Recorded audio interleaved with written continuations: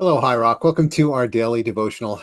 It's just us here today, and we're talking about the fruit of the Spirit that we call generosity, or as it's translated in some translations, goodness. We're going to be looking today at Matthew, the words of Jesus in Matthew chapter 6, verses 19 through 24. But we're going to be especially focusing on the central part of this passage, but we're going to read the whole section just so we understand the context. So we're going to be in Matthew chapter 6, verses 19 through 24, where we read the following. This is Jesus speaking. Don't store up treasures here on earth, where moths eat them and rust destroys them, and where thieves break in and steal.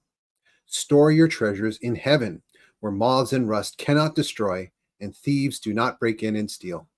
Wherever your treasure is, there the desires of your heart will also be. Your eye is like a lamp that provides light for your body. When your eye is healthy, your whole body is filled with light. But when your eye is unhealthy, your whole body is filled with darkness. And if the light you think you have is actually darkness, how deep that darkness is. No one can serve two masters, for you will hate one and love the other. You will be devoted to one and despise the other. You cannot serve God and be enslaved to money. This is the word of the Lord. So, the part I want to focus on is this central part about having a healthy eye or an unhealthy eye, or a good eye or an evil eye, as it's sometimes translated, because it might not be apparent just reading that part of the passage itself that this is about generosity or money or anything like that. It just seems like a really strange passage. What is this? Having a good eye and having your whole body filled with light, or having a bad eye and having your whole body filled with darkness. What does that even mean? Well, Jesus obviously, or perhaps obviously, is referring to an idiom that had meaning in his context, and actually is such a powerful and long-lasting idiom that it is still used today. Perhaps you have heard of something called the evil eye. Now, the evil eye came into Western European folklore as kind of like a curse or some type of spell or some type of mystical event where someone is able to, through the evil eye, actually cause harm to you or take from you something that matters to you. But the original meaning of this came out of Judaism, and it didn't have that sense, although within Judaism it is also taken on that sense as well. But its original reference was exactly the same thing that Jesus is referring to here. He's borrowing an idiom that was common in the Jewish world of that time, common amongst the people of Israel. And the idea simply is that if you have a good eye, in other words, if your vision is good, speaking spiritually, then your whole life will be filled with goodness. And if your eye is bad, if it's evil, if it's bent in the wrong way, if it sees the wrong things or sees the world in the wrong way, like if your vision is off, then your whole body, your whole life will be filled with darkness. That's the original meaning of this idea of an evil eye. It's not something mystical, except that it is something that involves our spiritual selves, right? It involves our entire lives, not just our spiritual selves, but our entire lives.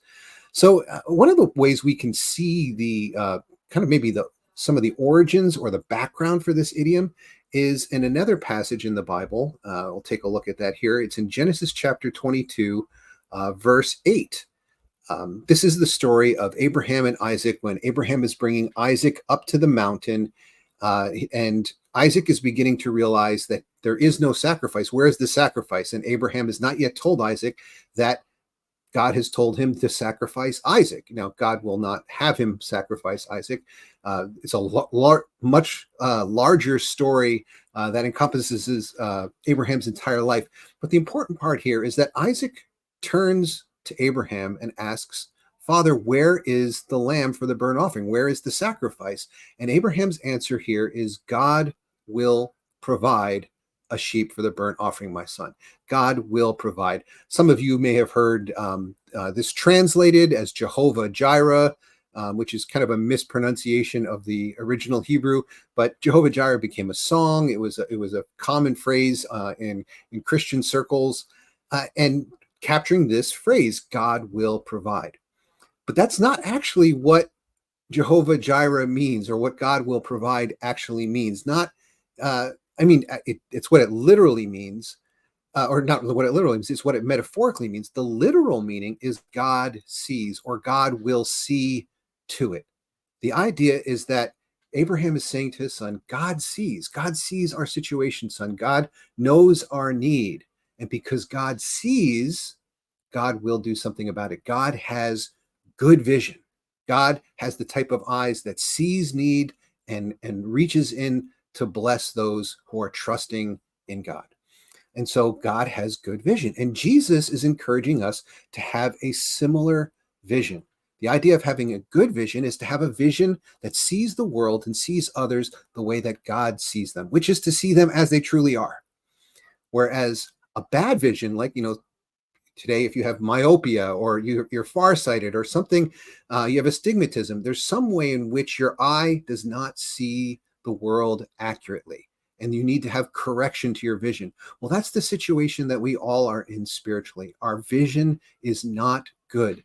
And Jesus is trying to correct our vision. So he talks about treasures in heaven. He talks about how God will provide and how God takes care of the lilies of the lilies of the field, and he feeds the sparrow, and all of this to try to correct our vision about God's generosity and the way God sees the world. And we're to have the same kind of vision. So Jesus, in the middle of that, all those sayings about generosity, says, if your eye is good, in other words, if you have the kind of eye that God has, then your whole life is going to be filled with goodness.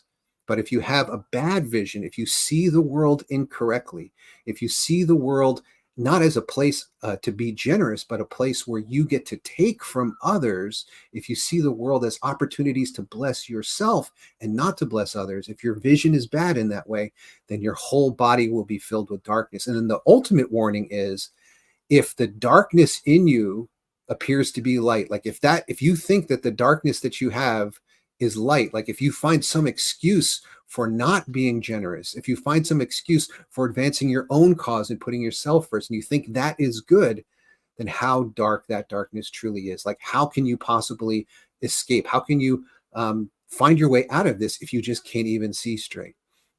And so really the invitation here is to have a vision that is like God's, to see the world, to look out into the world and see opportunities to bless others, opportunities for generosity. So when you see a need, when you see something wrong, that says, here's an opportunity to join God in blessing the world. Whereas if we look just at the world with a bad set of a bad kind of vision, we're going to be looking out at the world and saying, what's in it for me? What am I going to get out of it? How do I protect myself? It's all about me. It's turned inward. It's not the kind of vision that God has. So do we look at the world and see opportunities to give? That's a good eye. Do we see the world and see opportunities to take and to just advance ourselves? That's a bad eye. And that's what Jesus is talking about here. One quick example of where I really saw this take place, and something very simple, it doesn't have to be something extravagant. Pastor Megan and I were coming back from a church conference. We had just gone to Midwinter, this is a couple years back, and we were returning. We were on the same flight, and we were stuck in the airport for a little while. And so we decided to go to this restaurant and get a meal. And a waitress came over to serve us. And, she greeted us as a waitress typically does, how are you doing? And, I'm focused looking at the menu. I'm focused on what I'm going to get to eat. And Megan, instead, as soon as this waitress said, how are you today? Megan immediately turned to her and looked at her and with just genuine sincerity said, how are you doing today? And this woman just stopped in her tracks. And like I could see a tear forming in her eye. And she said, you're the first person who's asked me that all day. You could just, I could, my vision was corrected in that moment. I could finally see that this woman was having a hard time. Megan saw that opportunity long before I did. And just her heartfelt warmth and genuinely caring about how this woman was doing and kind of just turning those tables. Megan saw an opportunity to bless others. I saw an opportunity to fill my stomach when I was looking at the menu. And that's just an example that sticks with me of just how powerful it can be, how powerful an effect it can have on others, but also on us when we have God's kind of vision, when we go around with our eyes wide open, not just blindly looking inward, but looking out and seeing the opportunities that God has placed before us, place us into, where we can join God in blessing a lost and broken and hurting world filled with people who need to know, who desperately need to know that there is a loving creator and redeemer who cares for them, to know that we care for them because we serve and have been changed by this loving creator and redeemer. So this is my encouragement today as we talk about the fruit of the Spirit that is generosity. Where does it come from? It comes from vision, having a good eye, having the kind of eye that God has to look out in the world and see not opportunities to take or to enrich ourselves, but instead opportunities to bless others, which will lead ultimately to spiritual enrichment of a kind that we might have never experienced before and maybe never even imagined. So this is the encouragement today, is to have our vision corrected, to have a good eye, to see the world and to see others the way that God sees them, to see ourselves the way that God sees us. So with that in mind, would you join me in prayer? Our good and gracious God, I confess that my vision is so often darkened. Lord, I pray that for all of us, that you'd help us to see more clearly, to see the world the way you see it, to see people the way you see them, to the way that Pastor Megan did in that moment, to look at people that might be invisible to everybody else and to truly see them and to see an opportunity to bless them, to have that kind of eye that Jesus had, to see people that no one else seemed to see, like when he stopped the crowd and said, "Who touched me?" When the woman who had been bleeding for 12 years reached out and touched him, and no one saw her. She was invisible, but Jesus stopped and saw her and told her that her faith had healed her. Lord, help us to have this kind of vision, to see the world the way you see it, so that we might finally truly see our place in your plan and experience the benefits, the blessings of being of walking with you in loving a lost and hurting and broken world. In Jesus' name, amen. Well, everyone, thanks for joining me today. And I hope that you do take the opportunity to get your vision corrected, to ask God to correct your vision, to open your eyes and see around you, even just one opportunity to bless those around you. Go in peace.